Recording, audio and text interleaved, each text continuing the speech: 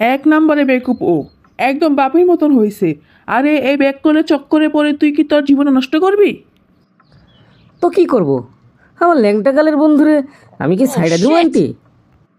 তুই তোর রাস্তায় চল, এই বেকুবের সাথে বন্ধুত্ব রাখা দরকার নাই। মা, কি মা, কেন এই সিধা সাদা পোলাটাকে তুমি বকে যাচ্ছ? কি হয়েছে? এই চুপ কর, তোর সাথে কথা বলাই ভুল। ওইলা কি তুই ওরে বোঝা, একটা হারামজাদা পয়দা করছি।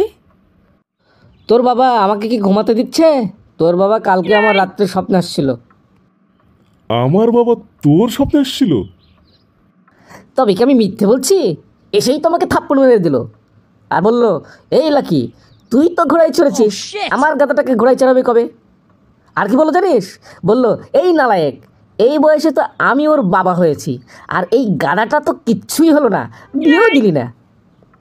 তাই আমি সিদ্ধান্ত নিয়েছি, তোকে এবার বিয়ে দিয়ে ছাড়বই। মজা করিস না ভাই, মজা করিস না। এমন কথা শুনলে হাসতে হাসতে আমার তো দম বন্ধ হয়ে যাবে। আমিও সিমির কাছে ওয়াদা করে আসছি, যতক্ষণ না তোরে দিল্লিকার লাড্ডু খাওয়াতে না পারতেছি ততক্ষণে আমিও লাড্ডু কেন পানিও খাবো না। ফাইজলামি করার জায়গা পাস না। ওকে মারছিস কেন? মায়ের তো তোকে দেওয়া উচিত। যা বের হ, বিয়ে না করলে আমার ঘরে জায়গা নাই। মা হয়ে তোকে কথাটা বলা উচিত না, তবুও বলি, জীবনেও তুই।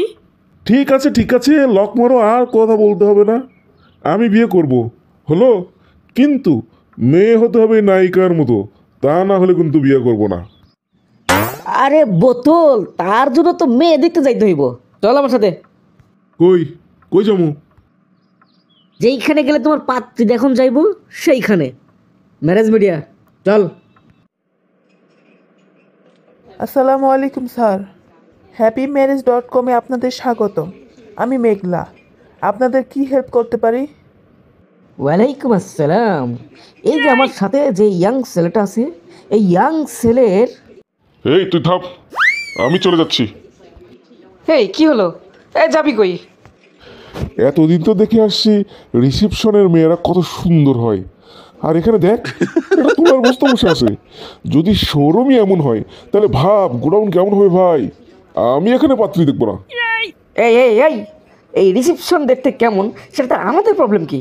পাত্রী সুন্দর কিনা সেটা দেখবি। বস না ভাই, পাত্রী অনেক সুন্দর হবে।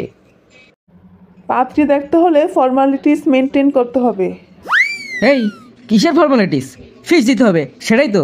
এর উপরে এত ফিস ছুঁড়ে মারবো, তোমার ওজন আরও 5 কেজি বেশি হয়ে যাবে। স্যার, ফিস জমা দিয়ে দিন।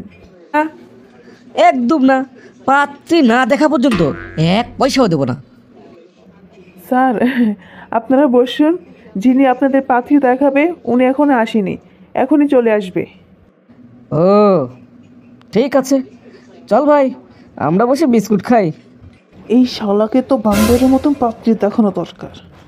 মেঘলা, ক্লায়েন্ট কোথায়? ওই যে পেছনে।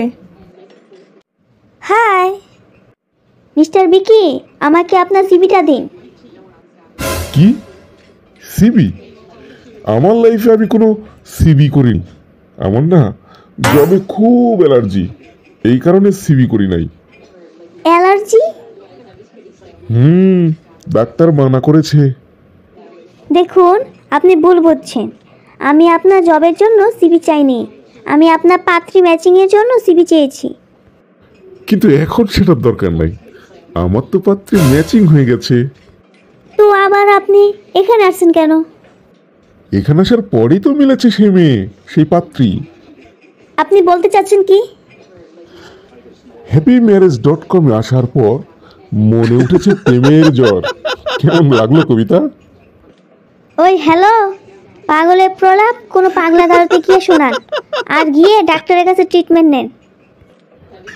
I love you so much. আমি তোমাকেই বিয়ে করতে চাই শ্রাবণী।